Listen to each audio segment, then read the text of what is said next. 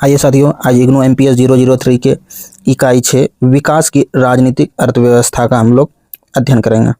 तो प्रस्तावना सबसे पहले देखते हैं। भारतीय राजनीतिक अर्थव्यवस्था का अर्थ है राजनीति और अर्थव्यवस्था के बीच के अंतर संबंध का अध्ययन। यह इस बात का विश्लेषण करता है कि सरकार की नीतियाँ देश के संसाधनों के वितरण और उत्पाद को कैसे प्रभावित करती है और आर्थिक वर्ग सरकार पर कैसे दबाव डालते हैं। आज़ादी के बाद भारत के विकास की राजनीतिक अर्थव्यवस्था की मुख्य रूप से दो चरणों में देखा जाता है। पहला चरण जो है 1947 से 91 तक का राज नियंत्रित अर्थात नेहरूवादी या समाजवादी का दौर, और दूसरा 1991 के बाद का बाजार संचालित अर्थात LPG या उदारवादी दौर। इस तरह हम लोग इसमें समझने का प्रयास करेंगे। जो पहला चरण है 1947 से 91, उसमें क्या क्या बाजार की नीतियाँ थी, और दूसरा जो हमारा उदारीकरण की नीति 1991 के बाद आई, उसमें क्या क्या रहा। तो चलिए, सबसे पहला राजनीतिक अर्थव्यवस्था का वैचारिक ढांचा। भारत के विकास को समझने के लिए राजनीतिक अर्थशास्त्री मुख्य रूप से 3 दृष्टिकोणों का उपयोग करते हैं। पहला दृष्टिकोण उदारवादी दृष्टिकोण। यह बाजार की स्वतंत्रता, निजी संपत्ति और न्यूनतम सरकारी हस्तक्षेप की वकालत करता है।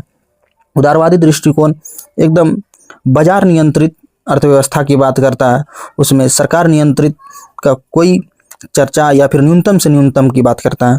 मार्क्सवादी दृष्टिकोण, इसका मानना है कि भारत के विकास मॉडल ने केवल बड़े पूंजीपतियों और अमीर किसानों को फायदा पहुंचाया, जबकि श्रमिक और किसान वर्ग का शोषण हुआ। प्रणब वर्धन का प्रभुत्वशाली गठबंधन सिद्धांत। प्रसिद्ध अर्थशास्त्री प्रणब वर्धन के अनुसार भारत की राजनीतिक अर्थव्यवस्था को 3 शक्तिशाली समूह नियंत्रित करते हैं। पहला पूंजीपति वर्ग, दूसरा अमीर किसान और सरकारी नौकरशाही। भारत की नीतियां इन तीनों के आपसी हितों और समझौतों से तय करती है।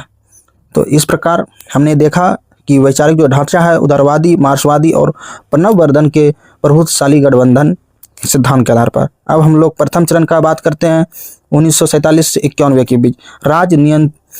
राजनेतृत्व वाला विकास। आज़ादी के बाद भारत ने मिश्रित अर्थव्यवस्था को चुना, जहां राज्य की भूमिका मुख्य थी लाइसेंस परमिट रहा। निजी उद्योगों को शुरू करने या विस्तार करने के लिए सरकार से कड़े लाइसेंस लेने पड़ते थे। इसका उद्देश्य एकाधिकार को रोकना, लेकिन इससे भ्रष्टाचार और लाल फीताशाही बढ़ी। मतलब भ्रष्टाचार, जो नौकरशाही वर्ग थे उनके द्वारा भ्रष्टाचार और लाल फीताशाही जल्दी जो है कागज को आगे नहीं बढ़ाते थे, लेट लतीफ़ा वाला कार्य करते थे, जिसके कारण से कंपनी को जल्दी लाइसेंस नहीं मिलता था और काम में देरी होता था।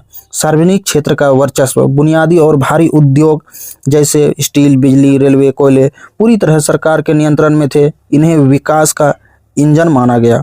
कल्याणकारी नीतियां और बैंक का राष्ट्रीयकरण। 1969 इंदिरा गांधी के दौर में गरीबी हटाओ के नारे के साथ 14 निजी बैंकों का राष्ट्रीयकरण किया गया और राजाओं के प्रीवी पर्स को खत्म किया गया, ताकि राज्य की आर्थिक शक्ति मजबूत हो सके। तो 14 राष्ट्रीय बैंकों का राष्ट्रीयकरण किया गया, और राजाओं को प्रीवी पर्स का मतलब हुआ जो आज़ादी से पहले राजाओं लोग थे उनको आज़ादी के बाद भी एक तरह से कहिए मोटे रकम पेंशन के रूप में दिया जाता था। अब आइए हम लोग इसमें परिणाम का बात करते हैं। इस दौर में भारत ने एक मजबूत औद्योगिक आधार तो बनाया, लेकिन विकास दर बहुत धीमी, लगभग 3.5% वार्षिक रही, जिसे अर्थशास्त्री राजकृष्ण ने हिंदू विकास दर कहा था। अब हम लोग देखते हैं द्वितीय चरण 1991 के बाद नव उदारवादी युग और LPG। 1991 में भारत गंभीर भुगतान संतुलन संकट में फंस गया। इसके बाद भारत ने अपनी राजनीतिक अर्थव्यवस्था को पूरी तरह बदल दिया। उदारीकरण, लाइसेंस राज को समाप्त किया गया और व्यापारिक नियमों को आसान बनाया गया। निजीकरण, सार्वजनिक क्षेत्रों के उपक्रमों में निवेश शुरू किया गया और निजी क्षेत्रों को बढ़ावा दिया गया। वैश्वीकरण, भारतीय अर्थव्यवस्था को दुनिया के बाजार के लिए खोल दिया गया, जिससे विदेशी निवेश और बहुराष्ट्रीय कंपनियों का भारत में आगमन हुआ।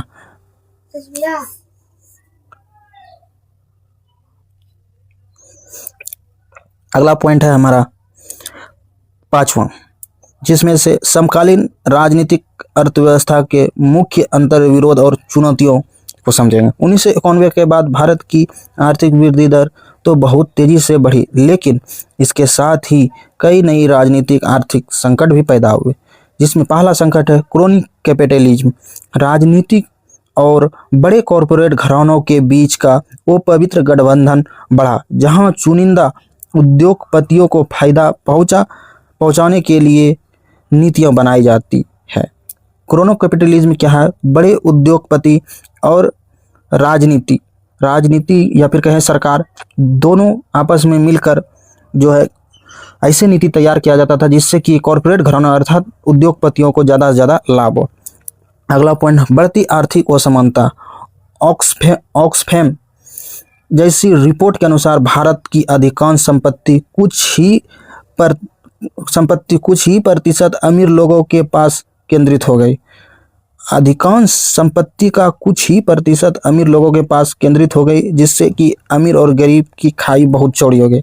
अगर हम बात करें कि ज़्यादातर संपत्ति जो है अमीर लोगों के पास चलेगी, जबकि कुछ संपत्ति जो है बाकी 10% लोग अमीर लोगों के पास 90% संपत्ति चलेगी, जबकि 90% लोगों के पास 10% संपत्ति रही, अर्थात काफ़ी आर्थिक असमानता बढ़ गई।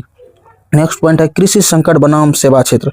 भारत के सकल घरेलू उत्पाद एवं सेवा क्षेत्र का योगदान बहुत बढ़ गया, लेकिन देश की आधी से अधिक आबादी आज भी कृषि पर निर्भर है, जो लगातार संकट जैसे किसान की आत्महत्या, कम आय से जूझ रही है। तो इस प्रकार अगला पॉइंट हमारा है रोजगार विहीन विकास। अर्थव्यवस्था का आकार तो बड़ा हो रहा है, लेकिन उस अनुपात में युवाओं के लिए सम्मानजनक और अस्थायी रोजगार पैदा नहीं हो रहे हैं। अब इस तरह हमने जो चुनौतियां था उसे देखा। अब हम लोग देखते हैं निष्कर्ष। भारत के विकास की राजनीतिक अर्थव्यवस्था लगातार बदल रही है। जहां पहले राज्य आर्थिक गतिविधियों का मुख्य केंद्र था, वहीं अब बाजार मुख्य भूमिका में है। हालांकि भारत जैसे लोकतांत्रिक और विविधतापूर्ण देश में सरकार पूरी तरह से कल्याणकारी भूमिका से पीछे नहीं हट सकती है। आज के समय में भारत की राजनीतिक अर्थव्यवस्था के सामने बड़ी चुनौती यह है कि वह तेजी से होते आर्थिक विकास के सामाजिक न्याय और समावेशी विकास के साथ कैसे जोड़े, ताकि विकास का लाभ समाज के अंतिम व्यक्ति तक पहुंच सके। तो आइए अब हम लोग नेक्स्ट अध्याय में मिलते हैं। यह अध्याय पूरा पूर्ण हो गया।